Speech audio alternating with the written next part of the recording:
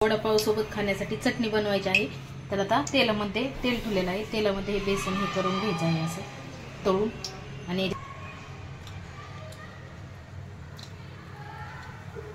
चमच्याने किंवा हाताने टाकून घेऊ शकता।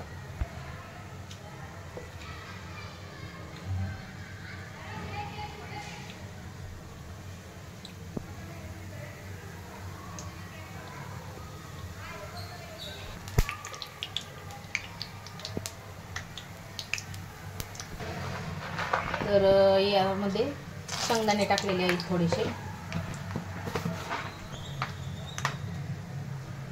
टाकलेला आहे कढीपत्ता आणि शेंगदाणे तळून घ्यायचे आहे। तर आता हे काढून घ्यायचे आहे आणि नंतर मग मिक्सरच्या भांड्यामध्ये फिरून घ्यायचं आहे।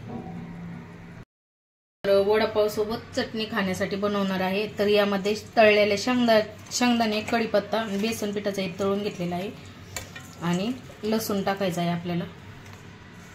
लसूण, चटणी, चवीनुसार मीठ आणि थोडीशी मी कोथिंबीर टाकलेली आहे, कारण आम्हाला लगेच खायची आहे, ठेवायची नाही। जर ठेवायची असेल आपल्याला परत खाण्यासाठी तर कोथिंबीर नाही टाकायची। लाल तिखट, चटणी, चवीनुसार मीठ पण टाकलेलं आहे। आणि लसूण आहे ना आपल्याला असं पूर्ण असं सोलून नाही घ्यायचं, थोडी साली सकटच घ्यायचं आहे, साली सकटच घ्यायचं आहे। आणि आता हे फिरून घेते, मीठ टाकलेलं आहे चवीनुसार। ही आपली वडापाव सोबत खाण्यासाठी चटणी तयार आहे। वडापाव सोबत खाण्यासाठी चटणी तयार आहे। व्हिडिओ आवडला तर लाईक करा, सबस्क्राईब करा, आणि एकदम सोप्या पद्धतीने बनवलेली आहे छान अशी चटणी ना मुंबईला खूप भेटायची, खूप छान लागायची